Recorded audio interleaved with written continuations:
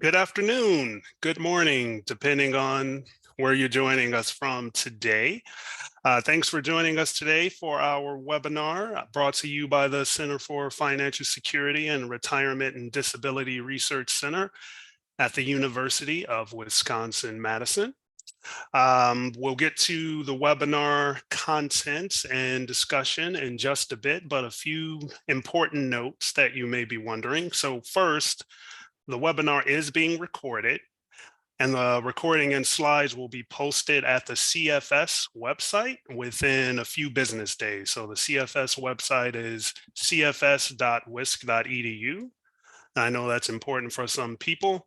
And again, you'll get an email as well within a few days with a link to the recording. All right, so my name is Jonathan Ferguson. I'm a financial capability specialist at the Center for Financial Security at UW-Madison, and I'm going to serve as your facilitator and moderator today. You'll see our webinar agenda on the screen there. So at this moment, we're in the welcome and introduction portion of the webinar. Soon after this, we'll have presentations by the research team to go over the background, methods, findings of the research that's been completed is at the center of the webinar today. And then following that, we'll have a discussant go over some policy and practice implications. That'll be followed by a Q&A session. So throughout the session, you'll be able to drop your questions in the Q&A box. And I know some folks also are interested in using the chat box, but whatever's available to you, feel free to drop it there and we'll monitor those questions and make sure they get addressed. At the end of the session, we also have a research team that may also respond to your question in the Q&A box or chat as well throughout the session. So it'll get answered either immediately in the box, the Q&A box, or during the Q&A session. And then we'll have our sign off. All right, so up next is introduction of our amazing research team. So I'm going to get started with that here. So first, I'll start with Dr. Jevay Grooms, who is an assistant professor in the Department of Economics and co-director of the Center for an Equitable Economy and Sustainable Society at Howard University in Washington, D.C. Jevay is an applied microeconomist with research interests that lie at the intersection of public economics, health economics, and studies of poverty and inequality. Her overall research agenda is to better understand policies and mechanisms which can allow for a more equitable economy. Also on the research team is Dr. Madelaine L'Esperance, who is an assistant professor in the Department of Consumer Sciences at the University of Alabama. She is also a faculty affiliate of the Alabama Research Institute on Aging and research fellow of the Center for Financial Security, of course. Her research focuses on three key areas: how youth and young adults develop financial capability, the role of safety net programs in promoting financial health, and the financial behavior of people with disabilities. Next up is Dr. Tim Smeeding, who is the Lee Rainwater Distinguished Professor of Public Affairs and Economics at the La Follette School of Public Affairs at the University of Wisconsin-Madison. He was the founding director of the Luxembourg Income Study from 1983 to 2006. And was also director of the Institute for Research on Poverty at UW-Madison from 2008 to 2014. He was a member of the National Academy of Sciences Committee to build an agenda to reduce the number of children in poverty by half, and a co-author of the report, A Roadmap to Reducing Child Poverty. So you see the connections to today's subjects for sure there. Shogher Ohanessian is a PhD candidate in economics at the University of Illinois, Chicago. She is an applied microeconomist who studies the provision and effects of public assistance programs, focusing on education and labor supply. Shogher will join the California Policy Lab as a researcher in applied microeconomics and quantitative public policy in September 2023. So congratulations to Shogher on that. And then last but certainly not least, we have our discussant, Dr. Jessica Pac, who is an assistant professor at UW-Madison School of Social Work.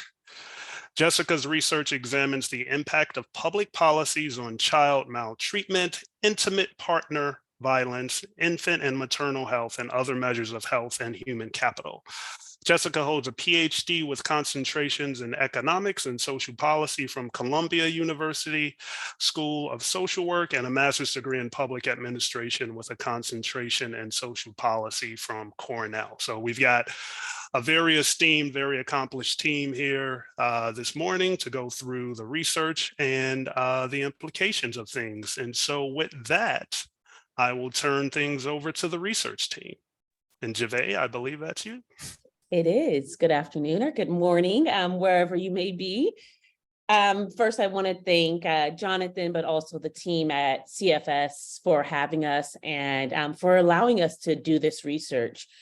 This research, as looking at Social Security interaction with the child tax credit and other related programs, is a multi-year project that myself and Madelaine and Tim have been working on. And Shogher was added just recent to this last year of the program. And so the project that I'm going to present today looks at a research project that we're finishing up, but then we'll go into what we hope to do in the future and what we hope to continue to do in the future. So, and I also want to go ahead and thank Jessica on the onset for all of her comments and taking the time to read our paper and give us feedback. So Social Security's interaction with child tax credit expansion. So this project is funded by the SSA, but our normal disclaimer statement. So an estimated 12% of children live in households that receive Social Security program benefits. So a lot of the research that we've been working on over the last couple of years and going in the future really wants to better understand the impact of children that live in households with Social Security beneficiaries. And so this could be households with their parents, it could be multi-generational households, or it could be what we're deeming as grand families, where children live in households with their grandparent as their primary caretaker. So an estimated 12% of children live in households with someone that receives Social Security program benefits. The number has likely grown over several decades, tracking the documented rise in household complexities. So as you can see, right, the graph below shows percentage as the dark black line or the darker line, and the gray line shows the number. And while now we're at 12%, there's been times when we were at 10% in the 40s, 50s, but you can see that the raw number is much higher, has doubled, and in some instances tripled today, the number of households compared to what it was decades ago. Social Security beneficiary households with children also have limited economic resource. Most of the children live in households with incomes that fall well below the national average. Social Security program benefits are usually the main source of income for many of these households. So related work that we have, it finds that 44% of children in Social Security beneficiary households had an average annual income of less than $35,000 in 2021. So in the graph to the right, you can see the blue line or the blue bar shows roughly all households with children. So roughly 27% of all households with children fall below $35,000 annual income. Non-SSA beneficiary households, so households that have children, but no one in the household is a SSA beneficiary, it's roughly about 22%.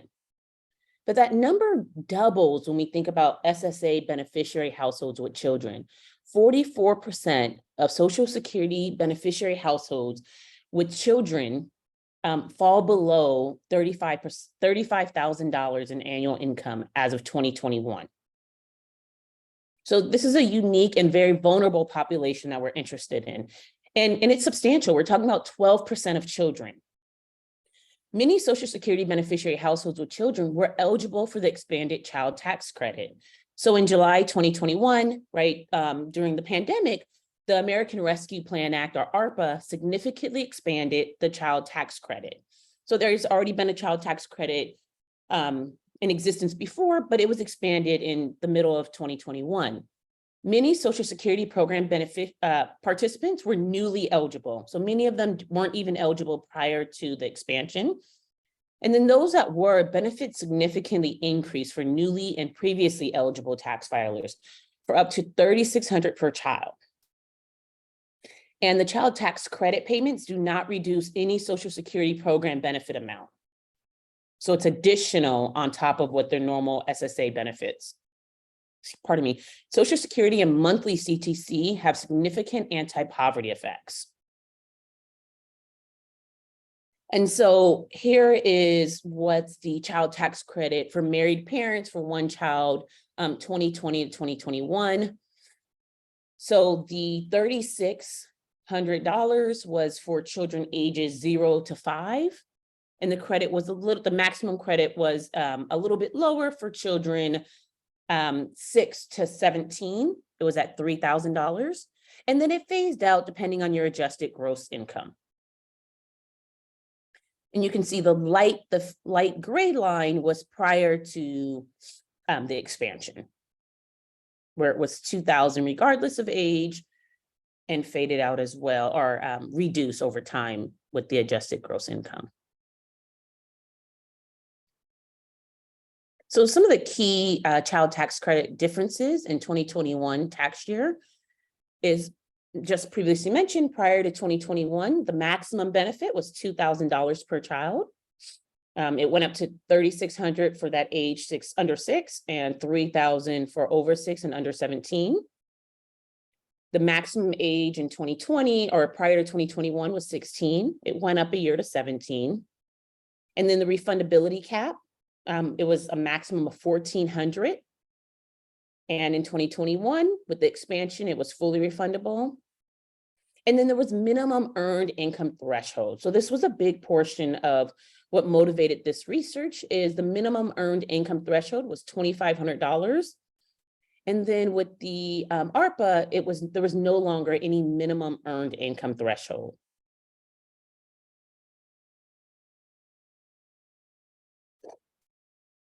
Advanced CTC reduced child poverty quickly and substantially.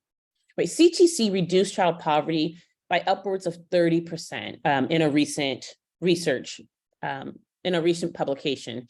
In January 2022, child poverty shot up by 41% as monthly CTC payments ended. So another addition to the expanded CTC was that it was given in monthly installments. Low income parent, guardian, not working, and Hispanic households were less likely to receive the CTC. Right, and so to the right, we show from the Center on Poverty and Social Policy a graph that showed the monthly poverty rates across age groups from January 2021 to July 2020.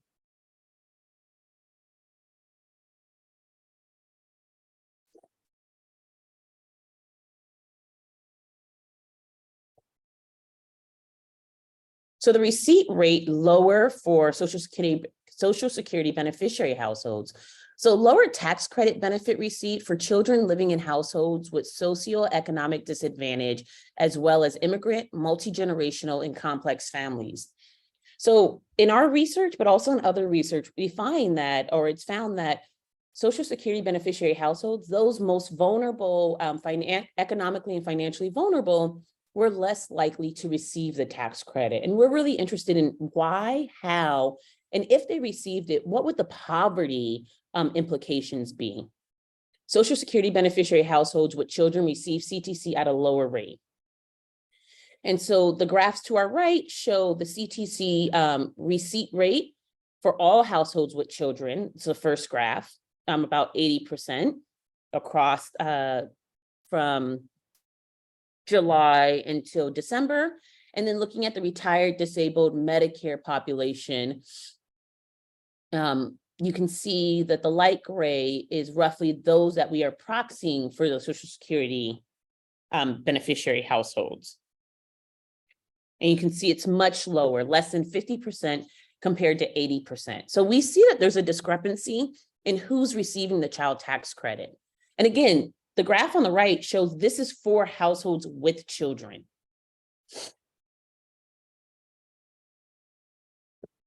So what are we doing in our study? So we simulate CTC receipt and the CTC amount using the 2020 March CPS ASEC data. estimates effects on household income and supplemental poverty measure.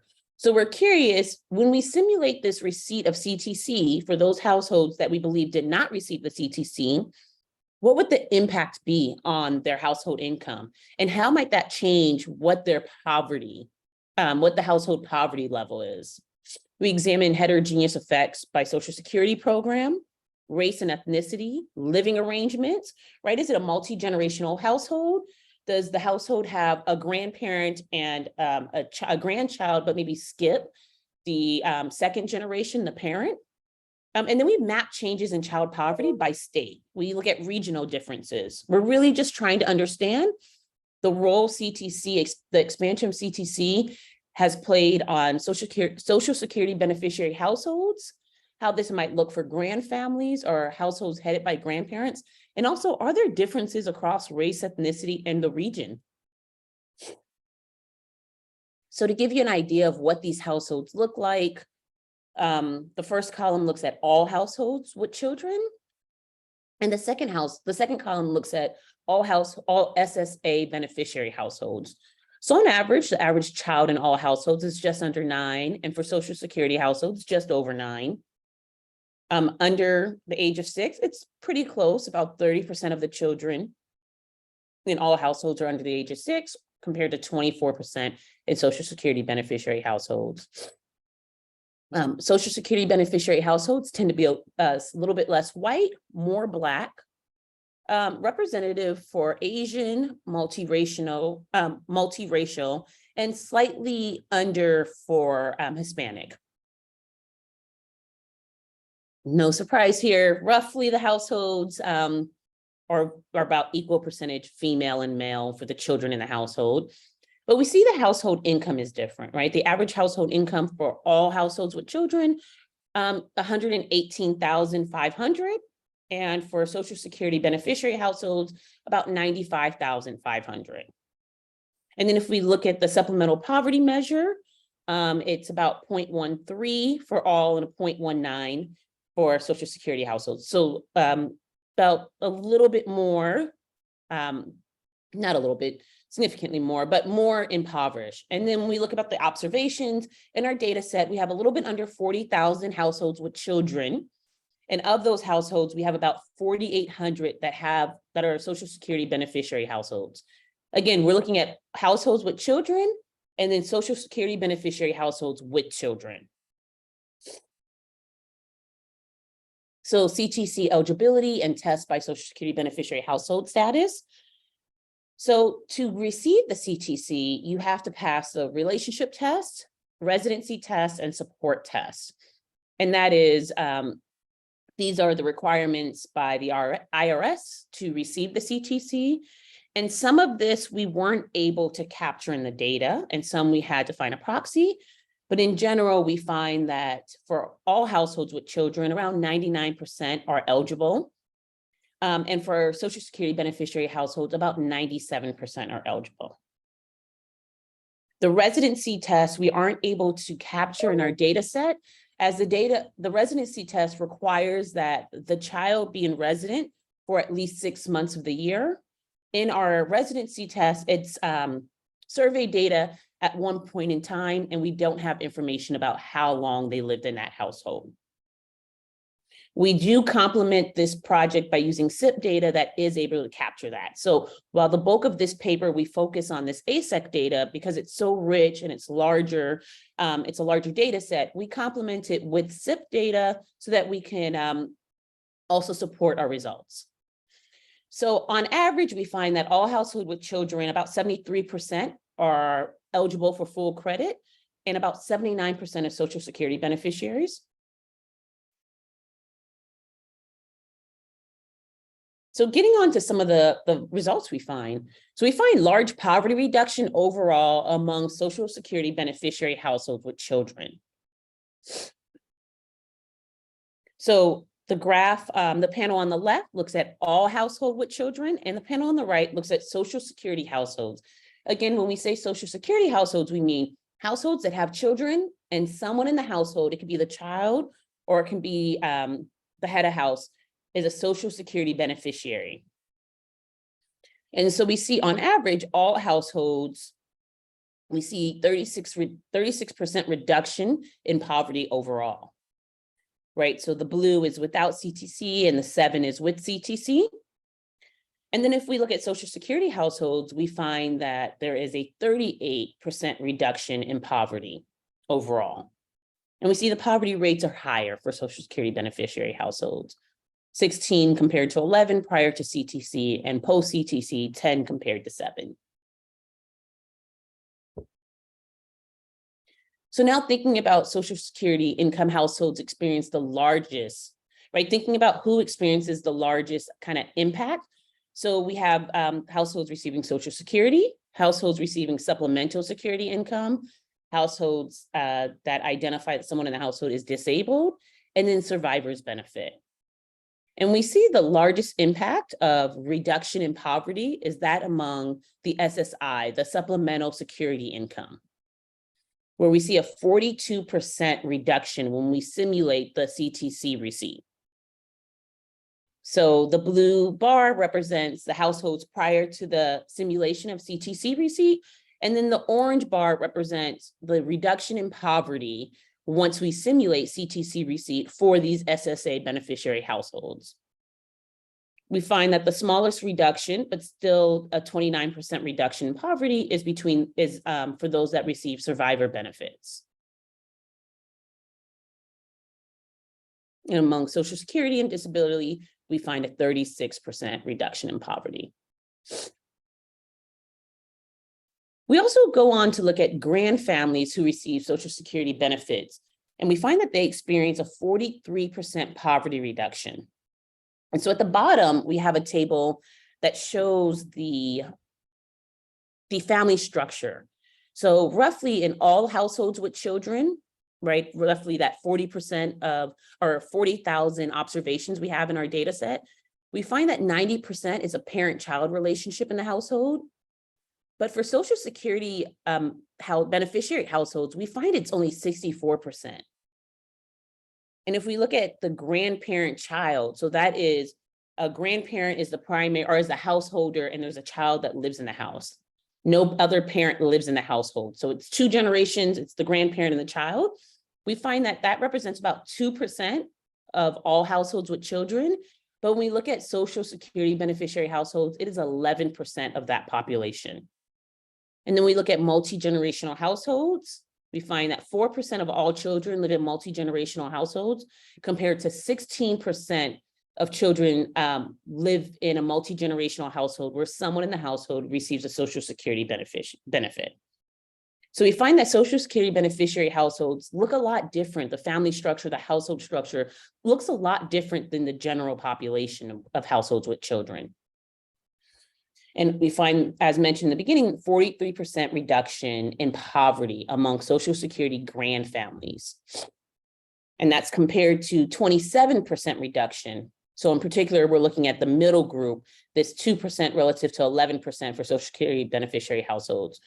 We find that the expansion of CTC reduces poverty by 43% for Social Security beneficiary households led by grandparents, and 27% by all households led by grandparents.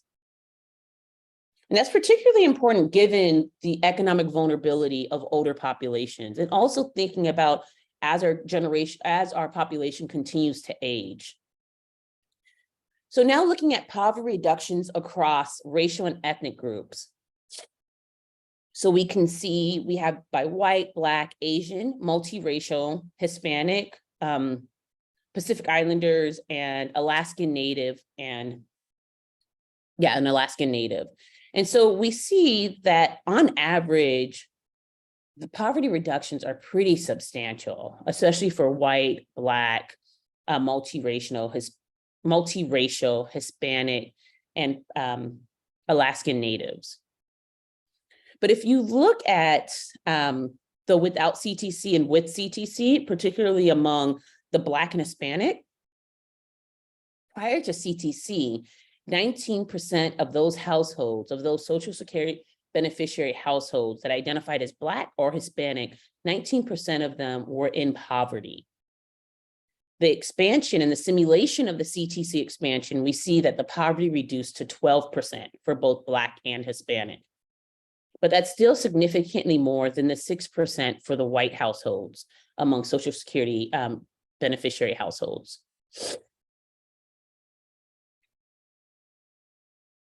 We also see still a particularly high percentage, 15% for Hawaiian and Pacific Islanders in our data set. But unfortunately, the Hawaiian Pacific Islanders, some of the populations in our data set, the N or the observation, the subsample is small. Now, focusing on Black and white, our largest samples in the population to be able to look at, we really wanted to break it down and look at Black Social Security recipients, and we find that Black Social Security recipients are more likely to be in poverty and experience substantial reduction. So we look at Black Social Security recipients, and then we look at Black Social Security or supplemental, right, SSI recipients compared to white. So the first two panels, it's Black Social Security recipients and white Social Security recipients. So again, we're saying children that reside in households with the head of household that identifies as Black and someone in the household identifying as receiving Social Security. And so those are the first two bars. And we can see that the poverty reduction of the simulation of expanded CTC reduced poverty by 40%. 20% pre-simulation, 12% post-simulation.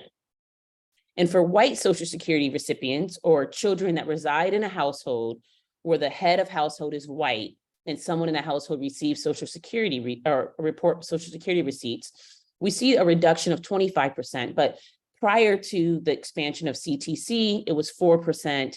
And post-expansion in our simulation, we see it drops to 3%. Now, moving on to SSI, the last two panels, we can see that the poverty reduction is 59% for Black households that have a SSI recipient. Prior to CTC expansion, it was 37%, over a third of households, and it dropped to 15% after the expansion of CTC in our simulation model. And while white SSI recipients, we find a similar poverty reduction of 59%, when we look at the percentages of the household actually in poverty, it's much less. The pre-CTC amount of 17% is comparable to the Black post-CTC amount, right? White households that have an SSI recipient and a child that resided in the household report 17% impoverished prior to the expansion of CTC. And with the expansion of CTC in our simulation, we find it drops to 7%. And so while we find that poverty is reducing, expansion of CTC is reducing poverty for all Social Security recipient households, we see differences across race and program beneficiary and programs. And then we wanted to look at what's happening regionally and statewide. And so what we do here is in the map to the left, we look at without our simulated CTC, and we look at the poverty rate. And then to the right, we look at with our simulated CTC, with the darker the color being higher levels of poverty, and the lighter the color, or the lighter the orange yellow color being lower levels of poverty. And so what we could see is or what we noticed is a large concentration in the Southeast, changing from red and dark orange to mostly yellow. And that's particularly important and interesting given the high Black population in the Southeast of America. So now what for the CTC and Social Security recipients? So generous monthly 2021 CTC is no longer a thing, right? It's no longer in existence. The full refundability of the current 2000 CTC would also have a substantial effect on the income of Social Security beneficiary households with children. Social Security offices have reopened after COVID-related closures. So one thing we talk about a bit in the paper, but we didn't for time include too much in the presentation, is we wondered how office closures may have impacted the role of taking up the CTC, right? So we find low CTC rates for Social Security recipients, even though they're eligible. And so we are trying to kind of work through why that was. And it was COVID. A lot of Social Security offices are closed. And so individuals or households may not have been aware or had the resources to better understand. Most of the resources were online, and so it relied on Social Security beneficiary households to use online resources to kind of receive this information. Also, to qualify the expanded CTC, it automatically went to those that filed, or for the most part, automatically went to those that filed taxes. But Social Security beneficiaries were less likely to file taxes, so they had to opt into the program. So currently estimating how CTC affected income and poverty for Social Security households with children using the March 2020 CPS data. So that's what we're working on right now. And also we're examining the interactions with other income support programs. We want to better understand, how did the expansion of CTC interact with impacting or reducing poverty with other proven programs like the Earned Income Tax Credit, both federally and state level, and SNAP program, right? The Nutritional Assistance Program, and then thinking about the role it may have with housing assistance programs. Thank you, and I look forward to any questions or comments.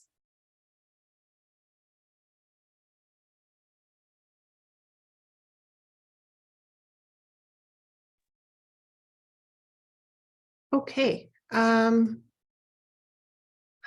my name is Jessica Pac. As Jonathan said, I'm assistant professor at UW-Madison School of Social Work. And I'm going to start by just reflecting on the importance of the child tax credit in general, and then speak more broadly about the importance of this impressive research project on child abuse and neglect and children living with grandparents and, poverty and income inequality in general. So to start, I have to say, of course, that children are our future. So when we think about the importance of research such as this, I think it's really worth mentioning that this generation of children will later become a generation of adults who will later become adults that might need to rely on Social Security supports. So speaking about this, the importance of this research with respect to one generation really counts the importance of this contribution. So as Dr. Grooms mentioned, 1 in 8 children live in poverty, and around 3 million are being raised by grandparents, at least that are being counted by the census. There's a lot more, I think 14 million children who live with grandparents who may or may not have formal or informal custody, but this is a trend that's increasing. And also the costs of raising children are increasing. There was an interesting simulation that compared the costs of raising children under 2.2% inflation and 4% inflation.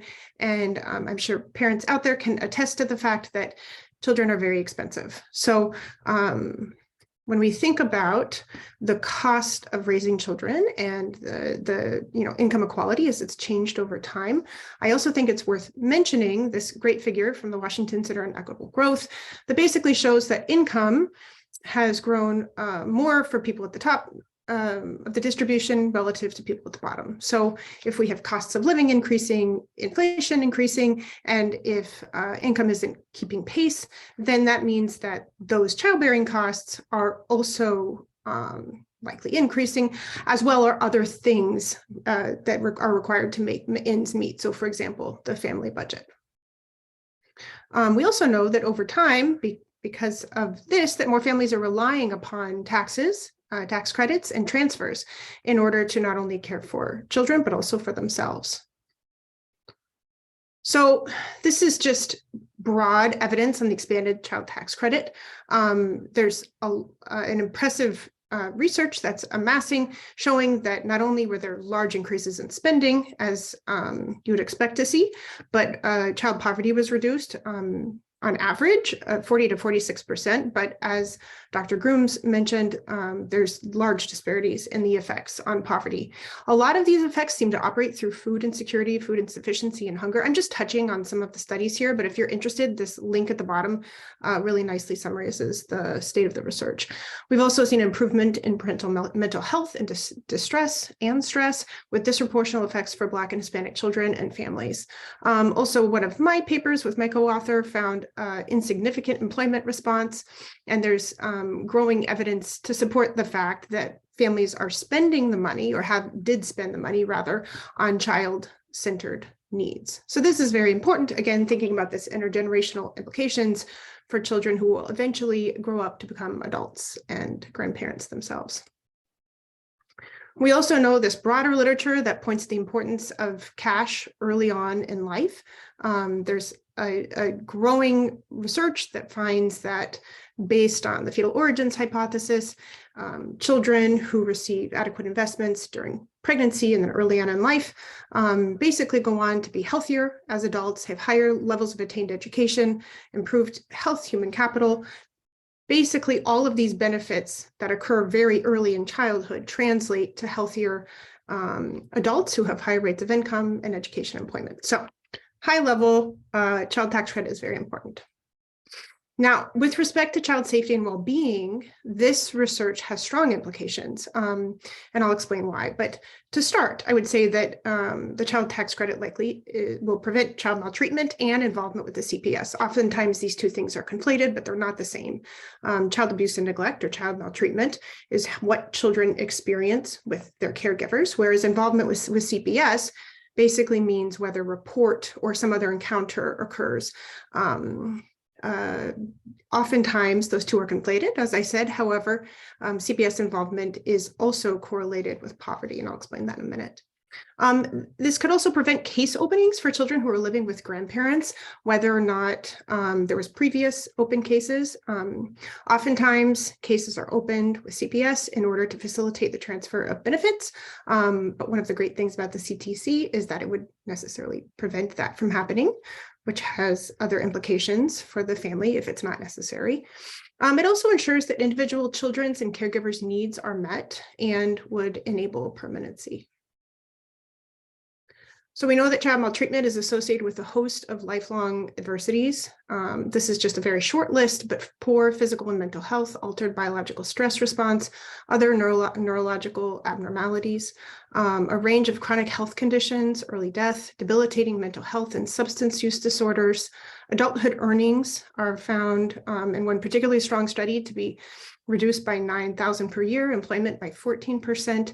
And all of this comes at a very high cost, an estimated $592 billion for one single year worth of CPS caseloads. We also know that poverty is correlated with maltreatment and with CPS involvement. So this is expected to operate through three pathways, one being surveillance, when families often go to CPS or to DCF, to obtain means tested transfers or other benefits. Oftentimes that results in surveillance of the family, which can lead to a report. We also know that families who are stressed out, that can result in poor parental or caregiver responsiveness, as well as poor supervision. And decreased parental investments can also affect child behavior, which is another determinant of child abuse and neglect. So the work from a project that I was a part of, as well as others who are not here today, we simulate the National Academy of Sciences report that Tim was part of to find that a reduction in poverty, in our case ranging from 40 to 52%, led to a substantial reduction in CPS involvement. We find an average 20% reduction in CPS involvement with a 50% reduction in poverty, but we find much larger effects for children who are Black or non-Hispanic, 2 to 3 times as large. There's also some evidence that the expanded CTC led to reductions in CAN-related ED visits. And there's prior work showing the same pattern from the EITC and the child tax credit. There's also an abundance of evidence linking concrete economic supports to child maltreatment and CPS reports more broadly. So in addition to prevention, however, there's these strong implications for child well-being, especially for children who are residing with grandparents or could eventually reside with grandparents. So there's several different care arrangements, including kinship care, which is basically arranged for by a court for a child that has a CHIPS order. A CHIPS order is basically the court has identified that the child is in need of protection.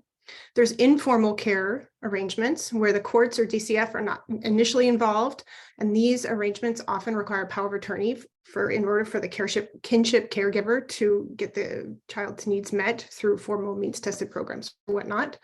There are adoption and subsidized guardianship arrangements, and this is more formal, permanent arrangements. And then more broadly, I would say that grandparents and other relatives are typically preferred over non-relative kin in terms of placement. So in order to reduce children's involvement with CPS, there has been a push, or especially in out-of-home care, there's been a push in the last 20 years to place children with grandparents. However, this is very problematic because finances are the most significant barrier to placement and stability. So this is expected on part because oftentimes families, grandparents who save for retirement or have own their house means that they're often disqualified for means tested support.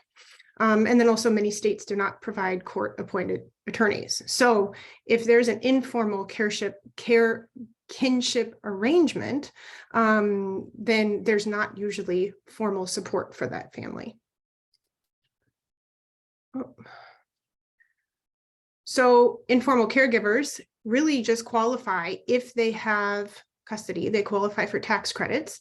They can qualify for a TANF child-only grant if they don't have custody, depending on their income and physical and mental disability needs. They can qualify for Social Security, as you've seen here. And then SNAP, WIC, and CHIP in Section 8 all depend on income. As of 2018, however, because this is such a complicated system, the Family First Prevention Services Act set aside money to support kinship navigator programs, which basically help grand families find the financial support that they need, and also, Medicaid, health insurance, all these important programs that are needed to ensure that a child can both stay with the grandparent in the short run and have their needs met, and oftentimes in the long run as well as a permanent placement without having a CPS case opened. This is really important because, as I said earlier, opening a CPS case is obviously necessary for some families, but not necessarily for all families, especially when there's when the child is not being maltreated or has no need of intervention other than that which is financial. So for families who choose to undergo training and whatnot, they can have a formal kinship caregiver arrangement. However, the support is minimal. So this is just here in Wisconsin. If the grand family decides to take placement of the child, they would have to undergo 6 hours of training, and they get a $300 per month stipend. And for children who are coming from very low income households, there's additional support, especially if that turns into a permanent placement. Now, I tell you all of this to emphasize the fact that kinship navigator programs were designed in order to meet this need. They're funded in order to meet this need.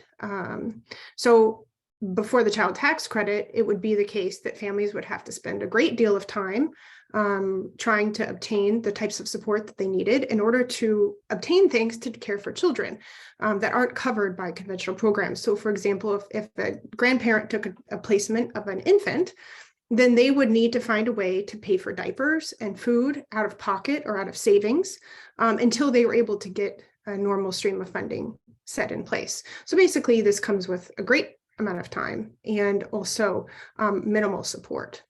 Obviously, there's some limitations with the child tax credit, but as Dr. Grooms mentioned, obtaining higher rates of take-up is obviously, or should be, the goal if this policy is to be made permanent, especially for people in this scenario, because as you can imagine, it would reduce the time tax, increase grand families' ability to meet children's needs, and obviously have this extra added benefit of keeping families out of CPS when it's not necessary.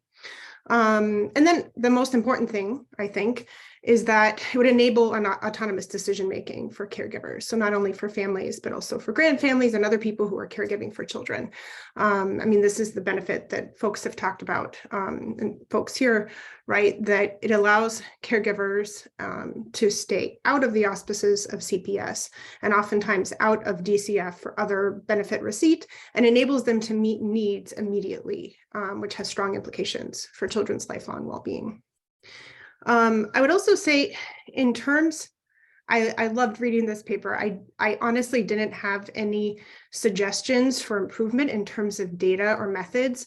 My main focus in reading it was trying to better understand the implications for other means tested programs and for, I think take-up is obviously the next obvious conversation, which I know you're not really able to do with the data that you have now, but it would be really interesting to see how take-up varied in states that had better advertising of the program and who did more to get families to the portal, not just families, but grand families to the portal so that they could sign up. But I did appreciate that you modeled both 50% and full take-up because right, we know that those are probably good, reasonable bounds, but it would be really helpful to see actual take-up rates, I think, in the next generation or in the next version of this study, especially in cases where the grandparent is the person who's doing the caregiving, but isn't the person who's filing taxes and isn't the person who's necessarily has, a power of attorney, because like I said, this has strong implications for future grandparents caring for kids.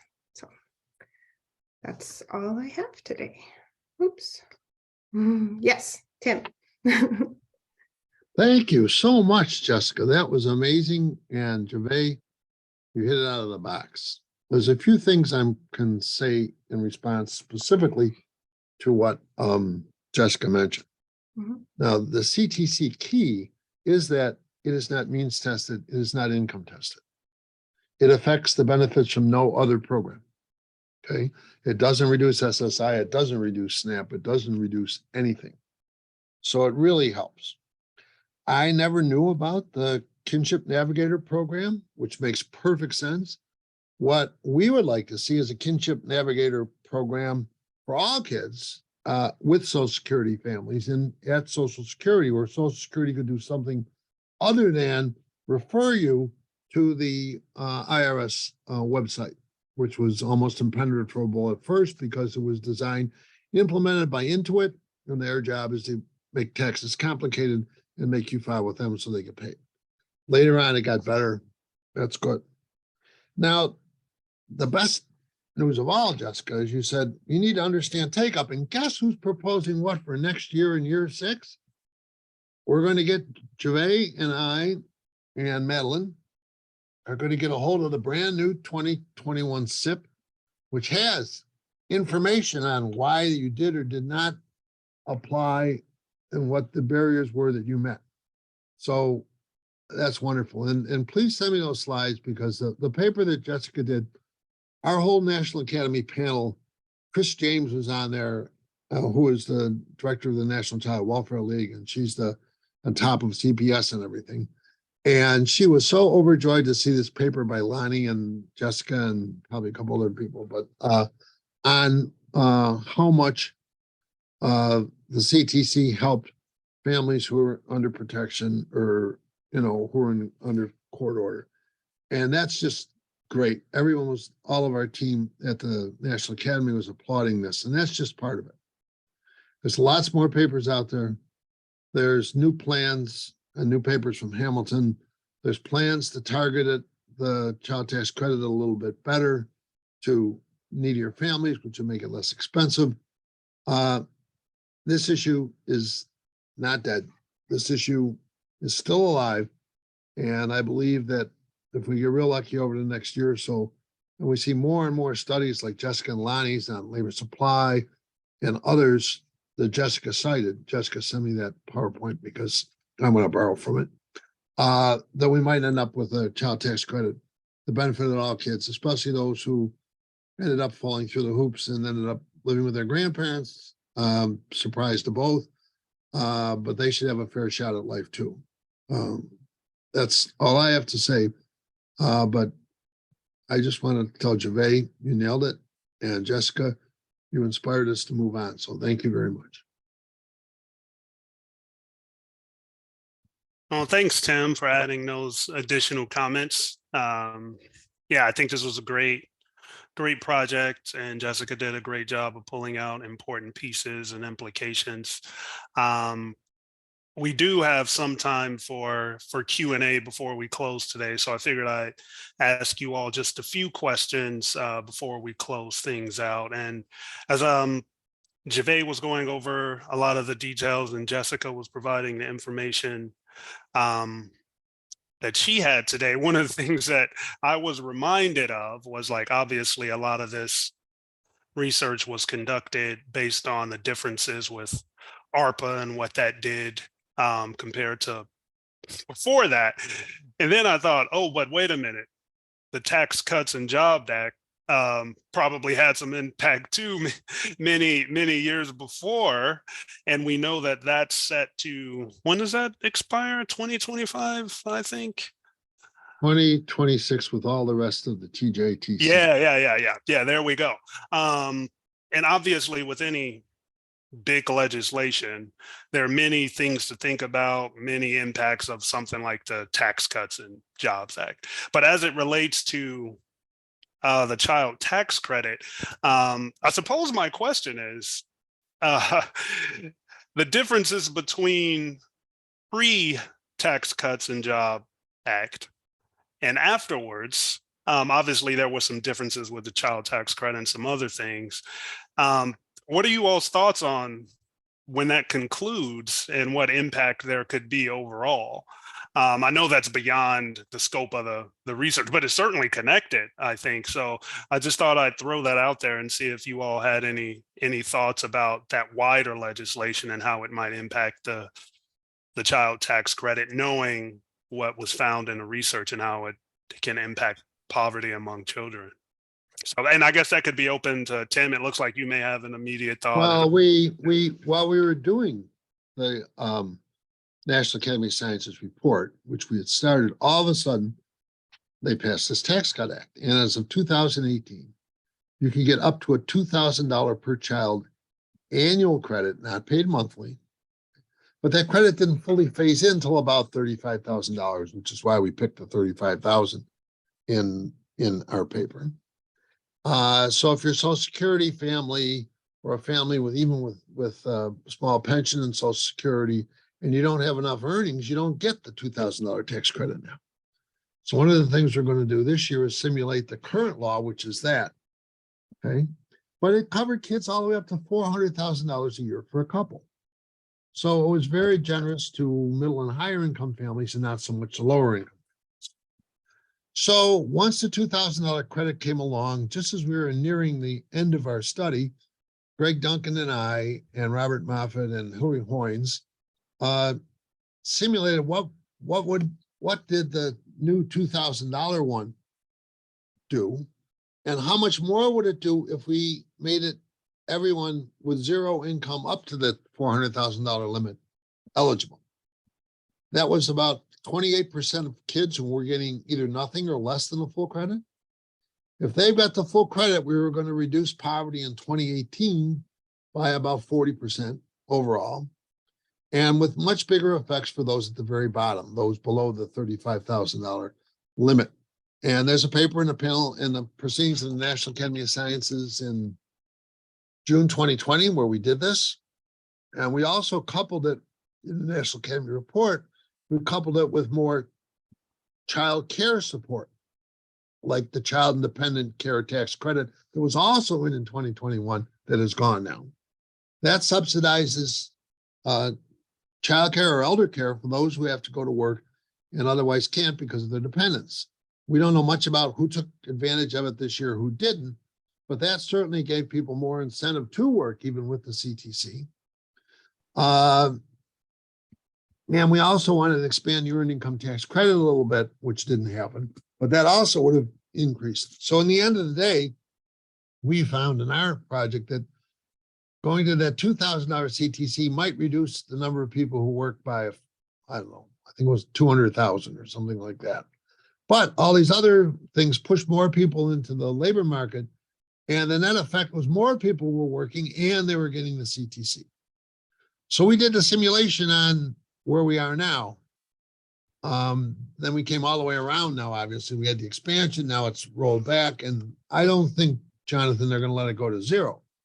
But what they really need to do is to tune it up a little bit more, make it a little more generous to people at the bottom, phase it out before $400,000 and so on. And like I said, there's Melissa Kearney has a plan, a brand new paper from the Brookings Hamilton Project, which shows how much it helps. There's also a nice paper by Brad Hardy and a couple of other co-authors that shows how much the expanded child tax credit really affected working poor Black families in the rural South. They did disaggregations more than we did.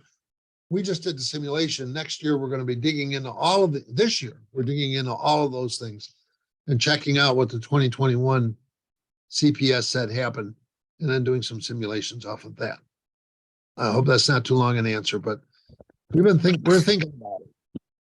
Well, yeah, no, it's a very full answer and I appreciate it. It's just something that somehow, even after reading the paper, I didn't think about that at all until the webinar today. I'm not sure why that is, but You're on it, though. You're on it, Jonathan. The 2024 election is going to be really important if Democrats are in charge. And we have one more vote than Joe Manchin. We'll probably go back where we were and make it permanent for 4 or 5 years. And the program that is recommended by Melissa Kearney and others only costs $88 billion a year instead of the 107 or so billion that the one we looked at costs. yeah. Judge, somebody else may want to talk to. I'm done. Well, I do have another question that is probably, so minute is not worth asking, but my curiosity won't let me not ask it. And I guess this might be more for the researchers, but Jessica, maybe you have some thoughts on this too. So with the what was it, 12% of children in households with a Social Security beneficiary, I think was the number. I had a couple of questions. So when you say Social Security beneficiary, one of the things I just missed or I'm not thinking of right now, I was wondering, which programs specifically are you looking at there? Is it SSI? Is it OA, SDI, like that stuff? So that was one question. And then the curiosity question that's probably not that important is how many of those households have a child who is of working age who may be I just was curious about that. And I'm not even sure that's knowable. But I thought I'd ask the question. So those will be the last few questions before we close out today. So I'm just throwing that to the group, whoever thinks they may have a thought on either of those.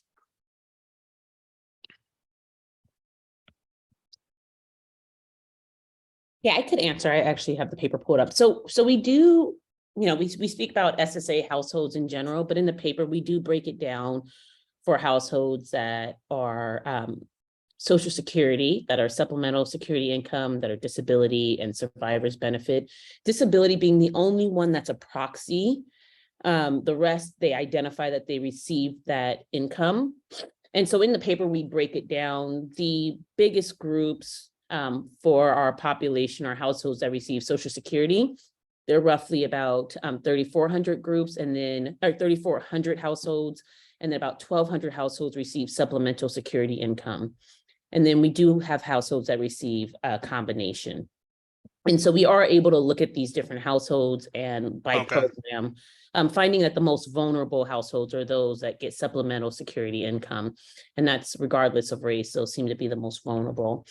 And then we do have information on the age of the child. One of the requirements is that the child does not financially support themselves. So if they make enough money that they financially support themselves, they're not included in our sample. But I can't remember off the top of my head, and I don't think we include in the paper. I know we looked at it, what portion of the children are over the age of, say, 15. But I don't know it off the top of my head. Madelaine, do you know by any chance? I don't think it was a large percentage, being that the average age is 8 and 9 or around 9 years old. Yeah, I'm not sure about the age distribution of the kids, but very few of the children that we identify are taking care of themselves financially. So we do omit them, but it's a very small percentage of children under 18. providing for themselves. So.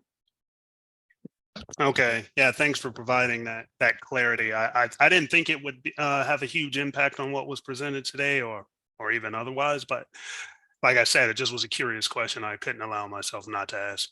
Yeah, I would say, like, in terms of like implications for the design of the CTC, it's not, you know, there are more significant barriers than that test, like the earnings tests. Is the biggest barrier, especially for the types of households we're looking at. But also residency test is a little bit, there's a little bit less examination of that, but also a significant barrier, especially for households that are more mobile in terms of who's living and where the child's living. So. Yeah, I was gonna, we're out of time, unfortunately, but that was my next question about barriers and how you all think those might rank in terms of most severe and things like that. So is it so much information here today, we won't be able to get to all of the questions, but so I do want to thank you all again for joining today and for our presenters. This has been a great discussion and great presentation of research. Again, today's webinar was recorded and will be posted on the CFS website within a few business days. If you have any questions, you can email me at jonathan.ferguson@wisc.edu. And I think, unfortunately, this is the time we'll close. But again, I'm appreciative of everyone joining in our presenters today. Have a fantastic day, everyone. Thank you, Jonathan, very much. And we'll be back with some of our new results sometime within the next month, I think, for one CFS RRDC presentation. I don't know if it's live, Memorex, whatever, but we've got 3 of them lined up now. So more of our research will be coming out soon. Okay, sounds good. I'm going to look forward to it. Then I'll ask more questions too. Good. Thank you. All right, have a good day, everyone.